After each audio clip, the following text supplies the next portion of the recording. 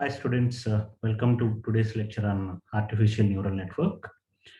In our previous session, we have discussed about what is a support vector machine and what is the main goal of support vector machine. And also we have seen different types of support vector machines in our previous class. Okay, so we understood that there are two types of support vector machines available basically. One is a linear support vector machine and the other one is a non-linear support vector machine. Okay, so in our previous class itself, we have seen the algorithm used for designing a linear SVM also. I explained it. So if anyone has not gone through that video, please go through that video first, understand that algorithm first, and then come back to this video. And today we will be discussing about how a linear support vector machine can be designed for a given set of input patterns with the help of a solved example. Okay, right. So let us start our today's session. So I'm considering an example problem here to understand how a linear SVM can be designed. Okay, so here is the example. The problem is find the optimal hyperplane which separates the following set of input patterns using SVM. Okay, so now we have given two classes of inputs, one representing the positive class. The samples given under this category is 3 comma 1, 3 comma minus 1, 6 comma 1 and 6 comma minus 1, and negative class samples are given 1 comma 0, 0 comma 1, 0 comma minus 1 and minus 1 comma 0. Okay, so this means that the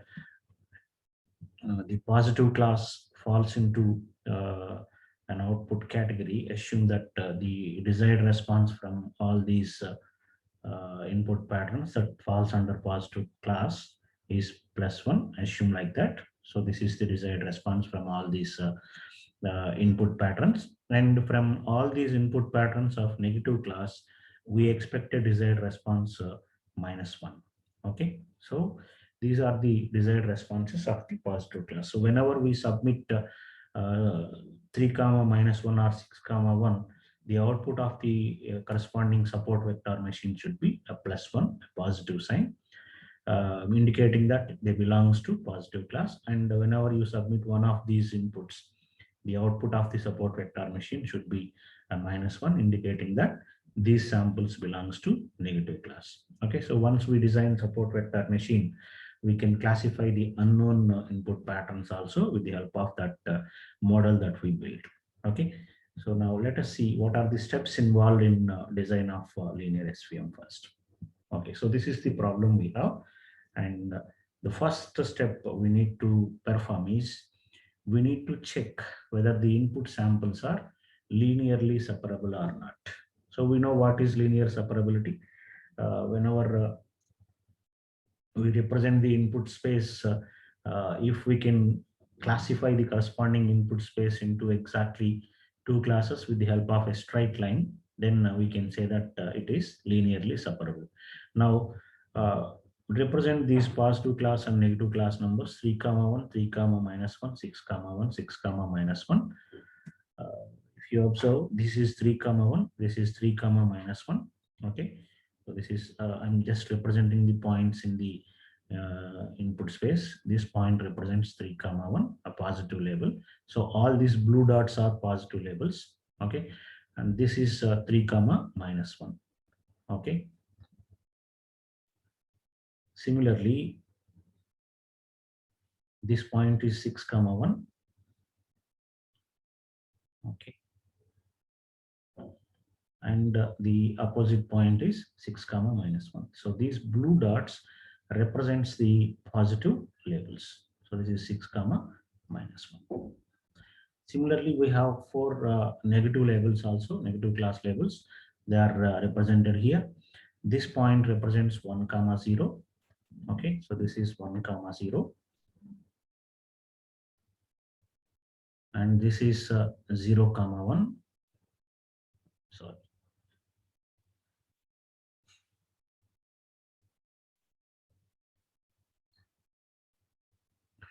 This is 0 comma minus 1, and this is 1 comma minus 1 comma minus 1.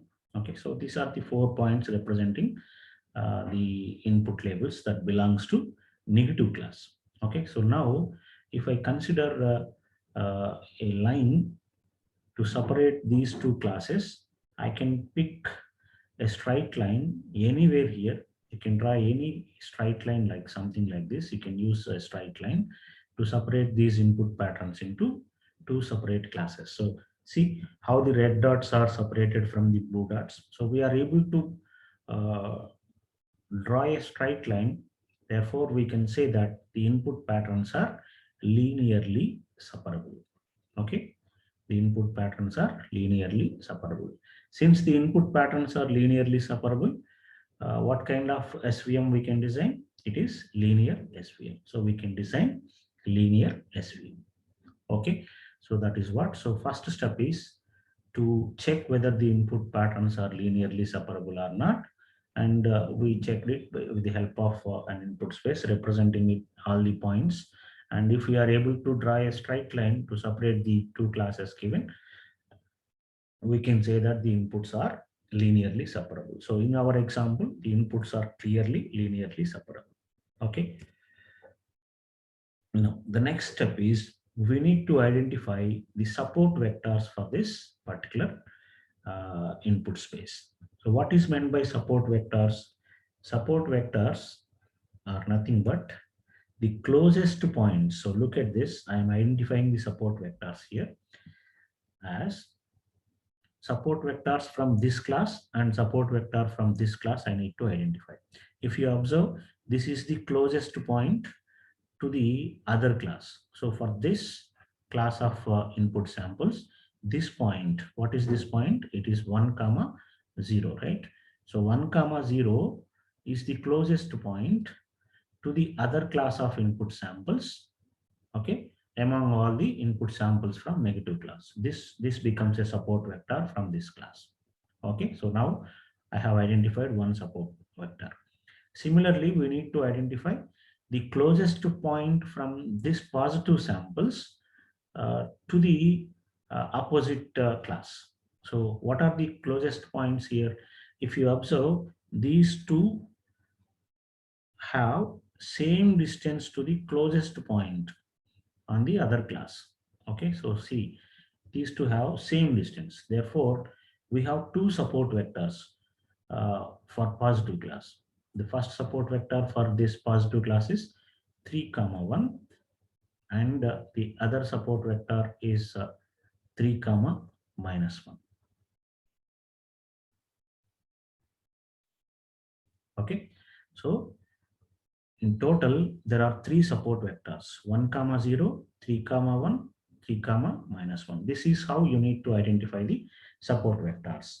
So support vector is the closest point to the opposite class. Okay, that may be one support vector or maybe more than one support vector you need to identify. So in this example, we have one support vector from the negative class and two support vectors because they are at same distance from the closest point of negative class. So we need to pick both of them as support vectors here. So total 3 support vectors are identified for our problem. Okay. So 1 comma 0, 3 comma 1, and 3 comma minus 1. That's what represented here. This shows the support vectors: 1 comma 0, 3 comma 1, and 3 comma minus 1. Okay, so 1 comma 0, 3 comma 1, and 3 comma minus 1. You need to be very careful while identifying these support vectors, because if it goes wrong, then your entire problem will go wrong. So be careful when you are picking the support vectors. Okay, so you must consider the closest points only. If suppose if this point is not at same distance as this point, then this becomes only support vector from positive class. So you need to be very careful while picking it. Okay, and then once the support vectors are identified, the next thing is we need to augment the support vectors with bias term 1. Okay, so augmentation is nothing but just add one more one to the existing support vectors. So for 1 comma 0, we will add one more one here. So this is the actual support vector and this is added. This is a bias term, and 3, 1 is the support vector 2 S2, and we are adding this extra bias term here to augment it. And 3, minus 1 is the third support vector, and we are augmenting it with the extra one. So now we represent S1 tilde, S2 tilde, and S3 tilde to represent these augmented support vectors. Okay. So what we did in this step, we have identified the support vectors, the closest points to the opposite class, and then we augmented the corresponding support vectors with a bias term 1. Now we have S1 tilde, S2 tilde, and S3 tilde. Okay. All right. So now we have augmented support vectors at our hand. Now the next step is find the values of Lagrange's multiplier terms alpha I using the equations like this. So I explained this equation in the earlier class. So we need to identify, we need to understand these 3 equations properly. Otherwise, you cannot continue with the remaining part. So look at this. The first equation corresponds to the support vector S1. Okay. And the second equation corresponds to support vector 2. And the third equation corresponds to support vector 3. So if you have n support vectors, you will get n equations like this. Okay. So now we know that support vector 1 is 1, 0. Okay. So it is 1, 0, representing a class of label negative. That means negative class of labels. Okay, so S1 is representing a negative class label. Therefore, this first equation should be equals to -1 because S1 is representing a negative class label. Okay, similarly, S2 is 3, 1 that represents a positive label, right? That means it is representing a positive one as desired response. So the second equation, because it is representing S2, the support vector, it should be equal to the corresponding desired response +1. Okay. And then the third support vector is 3, -1, which is again representing a positive class. That means the desired response of this support vector is also +1, right? So the third equation should be equal to this +1 because support vector 3, it is representing support vector 3, right? So now you understood what is RHS, how it came, right? Now look at the LHS of these equations. If you observe, in every equation, look at this, alpha 1 into S1 tilde, alpha 2 into S2 tilde, alpha 3 into S3 tilde. These are common in every equation. Okay. If you observe, in every equation, they contain the same. But based on which support vector it is representing, the remaining term will change. Okay. So now if you look at the first equation, because that first equation is representing support vector 1, in every term we multiply it with support vector 1 only. So it is S1 tilde in every term. Okay, so you need to observe this. In the first equation is representing the support vector 1, therefore everywhere it is S1 tilde only. Similarly, if you observe the second equation, since the second equation is representing support vector 2, everywhere you will see S2 tilde. Okay, and the third equation is representing the support vector 3. So in every term, you will see the support vector 3 tilde, S3 tilde here. Okay, so in such a way, you need to represent this formula, and we are going to perform this dot represents a dot product between these vectors, because we know that S1 and S2, S3 are vectors. Okay, vectors. Therefore, it is going to be a dot product between these terms, right? So once you understand these equations, now let us calculate all these products. S1 dot S1, S2 dot S1, S3 dot S1. Three products are there in the first equation. Similarly, in second equation also we have S1 dot S2, S2 dot S2, S3 dot S2. And in third equation also we have S1 dot S3, S2 dot S3, and S3 dot S3. Okay, so now let us calculate these values to identify the actual equations that contains Lagrange's terms alpha 1, alpha 2, and alpha 3. Okay, right. So let us start our calculations. It is S1 dot S1 tilde dot S1 tilde, the first calculation.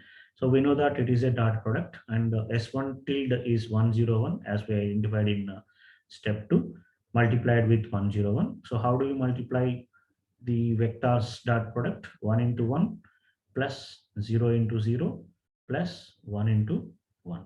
So the total is going to be 2. Okay, similarly, we need to calculate S2 dot S1. S2 dot is support vector 2. 311 is the support vector 2, and 101 is the support vector 1. So we'll multiply 3 into 1 plus 1 into 0 plus 1 into 1. This becomes 3 plus 1, which is 4. Okay, and then S3 into S1 is going to be 3 minus 1 1. This is the support vector 3, and this is 101. So we multiply it. 3 into 1 plus minus 1 into 0 plus 1 into 1. So it's going to be 4.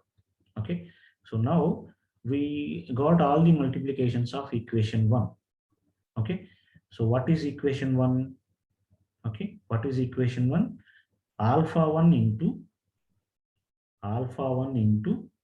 this S1 tilde dot S1 tilde plus alpha 2 into the second one, S2 dot S1, and then alpha 3 into S3 dot S1. Look at the formula there, is equals to -1.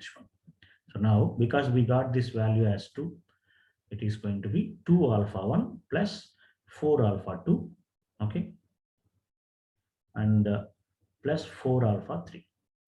So that is the equation, and we have -1 on RHS in the first equation. So now the first equation is represented in the form of alpha 1, alpha 2, alpha 3, because we calculated the dot products of S1, S2, S3. Okay, so this is the first equation we got, right? And similarly, we will calculate S1 dot S2, S2 dot S2, S3 dot S2 for the second equation. So we got 4, 11, and 9. Okay, so this equation now becomes 4 alpha 1 plus 11 alpha 2 plus 9 alpha 3. That is equals to a +1. Okay, similarly, the third equation contains these products S1 dot S3, S2 dot S3, and S3 dot S3, which becomes 4, 9, and 11. Okay, so these three are the values. Now it becomes 4 alpha 1 plus 9 alpha 2 plus 11 alpha 3, which is equals to +1. Okay, oh, right. So all the three equations are now converted into the equations in terms of alpha 1, alpha 2, alpha 3. So it's a three equations in the form of alpha 1, alpha 2, alpha 3. Now we need to solve these three equations in order to find these alpha 1, alpha 2, alpha 3, which are termed as Lagrange's terms. Okay, so the ultimate goal of these solving the equations is to find the values of alpha 1, alpha 2, and alpha 3. So for this, I'll start with considering equation 2 and equation 3. You can use any method to solve these three equations. Okay. 2 minus 3 I'll perform. So 4 alpha 1 plus 11 alpha 2 plus 9 alpha 3 is equals to +1, and 4 alpha 1 plus 9 alpha 2 plus 11 alpha 3 is equals to +1. So subtract these two, so we get a 0. Okay, and then 11 alpha 2 minus 9 alpha 2 becomes 2 alpha 2. 9 alpha 3 minus 11 alpha 3 becomes -2 alpha 3, and 1 minus 1 becomes 0. So this gives us 2 alpha 2 minus 2 alpha 3 is equal to 0, which says alpha 2 is equal to alpha 3. So alpha 2 minus alpha 3 is equals to 0 means alpha 2 is equals to alpha 3. We can say like that also. Okay. Right. So now substitute alpha 2 in equation 1. So what is our equation 1? It is 2 alpha 1 plus 4 alpha 3 plus 4 alpha 2. 4 alpha 2 plus 4 alpha 3. So actually in place of alpha 2, I substituted alpha 3. Okay. In equation 1. So now what it becomes is 2 alpha 1 plus 4 plus 4, 8 alpha 3 is equals to minus 1. And alpha 1 plus 4 alpha 3 is equals to minus half. Okay, 2 is taken onto the right hand side. So this is equation number 5, right? So now we got two equations with two terms each in it. Then let us consider the fourth equation and fifth equation we got in the previous slide. I multiply the fourth equation with 4, which becomes 4 alpha 2 minus 4 alpha 3 is equals to 0. Okay, because we got alpha 2 minus alpha 3 is equals to 0. Now it becomes 4 alpha 2 minus 4 alpha 3 is equals to 0. Fifth equation is alpha 1 plus 4 alpha 3 is equal to minus half. So now I am subtracting it or adding it, because minus 4 alpha 3 plus 4 alpha 3 will be cancelled. So we'll get 4 alpha 2 plus 4 alpha 1 on LHS, and on RHS 0 minus half, that is minus half. So this is equation number 6. 4 alpha 2 plus alpha 1 is equals to minus half. Now from 1 and 2 equations, we also get 3 alpha 2 plus 3 alpha 3 is equals to 3 by solving those two. Okay. From this, we can represent, because alpha 2 is equals to alpha 3. If we substitute alpha 3 in place of this,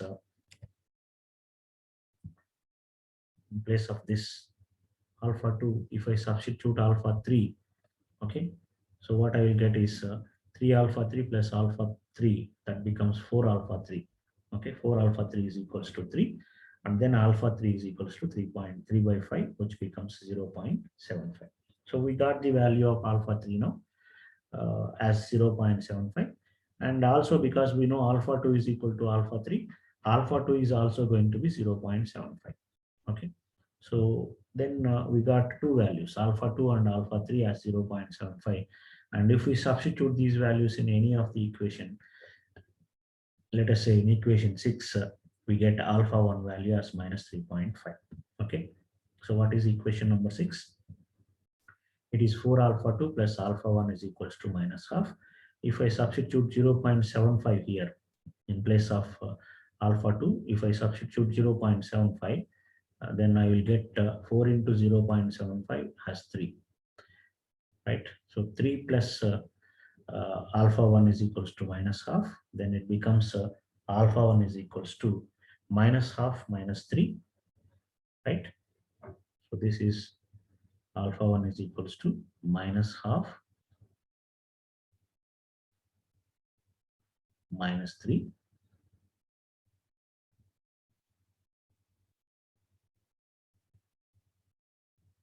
which becomes minus 1 minus 6, that is minus 7 by 2.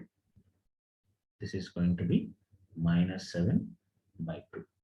So it is equal to minus 3.5. So that is the value we got for alpha 1. Okay, so I wrote it directly. You can calculate it in your own. Okay, so alpha 1 is minus 3.5, alpha 2 is 0.75, alpha 3 is 0.75. Okay, so these are the values, the final values we got that corresponds to the corresponding hyperplane. So we successfully calculated the Lagrange's terms here, Lagrange's terms. Now, with the help of these Lagrange's terms, now we are ready to calculate the weight vector that represents the corresponding support vector machine. Okay. Let us see how to calculate this weight vector W. tilde is equals to summation I is alpha I into si tilde. Okay, this means that we have three support vectors. Therefore, the formula goes like this: alpha 1 into s1 tilde plus alpha 2 into s2 tilde plus alpha 3 into s3 tilde. Okay, so this is the formula. Now we got the value of alpha 1 as minus 3.5 and s1 tilde as 101. Okay, it's a vector, and alpha 2 as 0.75, alpha 3 as 0.75, s2 tilde is 311, and s3 tilde is 3 minus 1 1.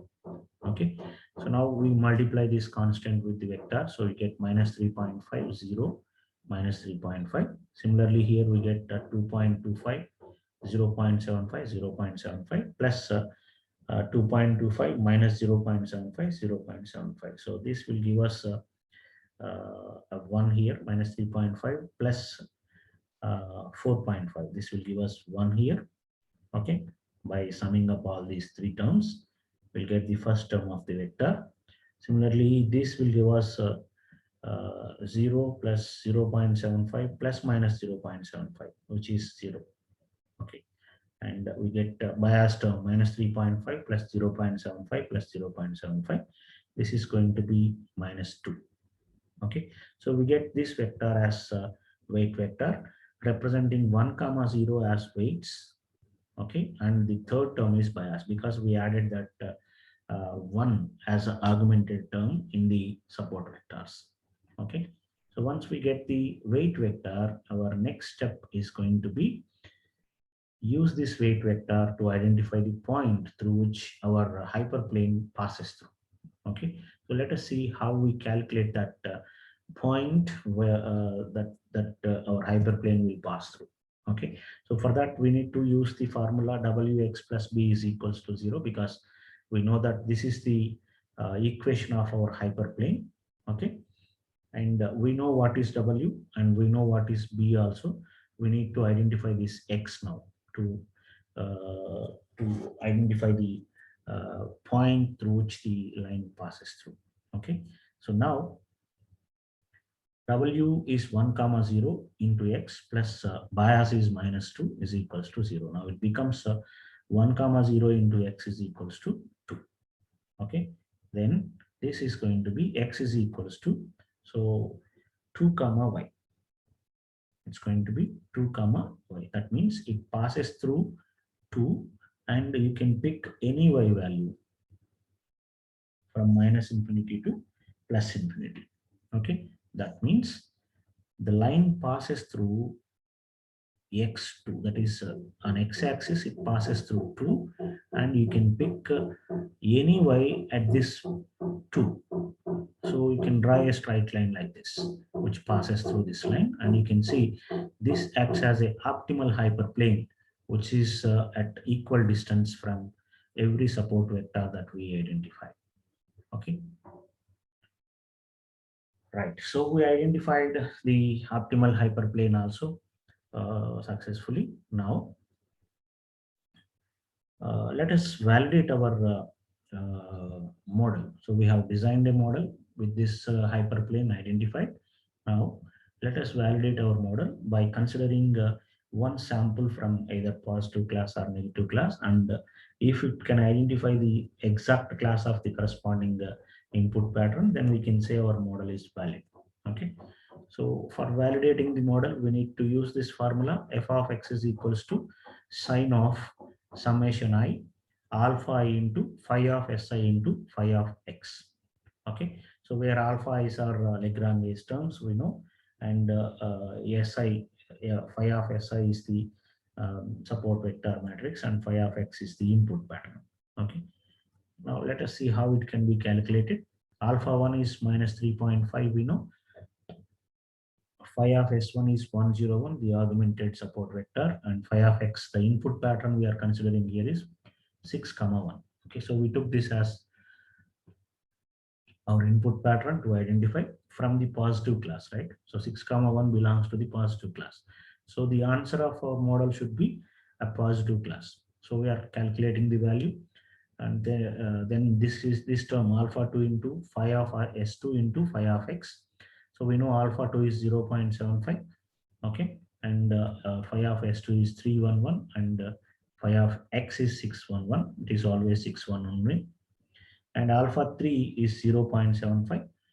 Phi of s3 is 3 minus 11, and phi of x is 611. Okay, so by multiplying these, we get this is a dot product. So this will become 6 into 1 plus 1 into 0 plus 1 into 1. It's going to be 7. And this will become 18 plus 1 plus 1. It's 20. And this is going to be 18 minus 1 plus 1. It's going to be 18. Okay. So 7 into minus 3.5, that is minus 24.5. This is 15, and this is 13.5. So overall it becomes 28.5 minus 24.5, which is definitely going to be 4. That is a positive value. And this sign symbol picks the sign of the corresponding value we got. So what is the sign of this 4 here? It's a positive plus sign. Therefore, the class of the corresponding input pattern that we picked is positive class. Okay, so if you can see the input patterns given at the start of the class, 6 comma 1 belongs to positive class only. It is given in positive class only. Okay, so our model is properly identifying the patterns, okay, with the corresponding class. Okay, it is mapping properly. You can also verify for the other input patterns also by taking one sample from negative class input. Okay, so that is what we need to do. So now it is validated. The model is perfectly valid. It is identifying the input patterns properly now. Okay, right. So these are the steps we have in design of a linear SVM. So let me conclude it briefly. The steps used in design of linear SVM. In first step, what we'll do is we'll identify whether the input patterns are linearly separable or not. So we started with that by drawing a straight line between the given classes of inputs. If we are able to draw a straight line, we can say it is linearly separable, and which means that we can design a linear SVM. Otherwise, we cannot design a linear SVM, right?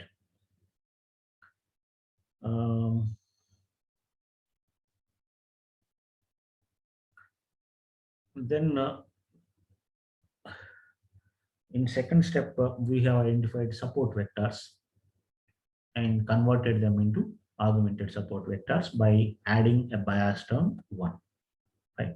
And then next thing is in step 3, once we identified the support vectors, the next thing is we need to calculate the Lagrange's multiple terms, that is alpha 1, alpha 2, alpha 3. We have prepared a set of equations based on the support vectors, representing the first equation for support vector 1, second equation for support vector 2, third equation for support vector 3, and we solve those equations to find the values of alpha 1, alpha 2, alpha 3. That becomes the Lagrange's multiple terms. Okay.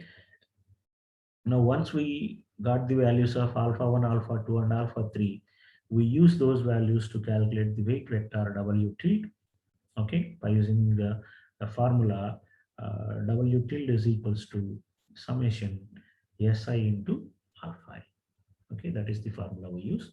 And once the weight vector is calculated, we will identify the point through which our hyperplane passes through.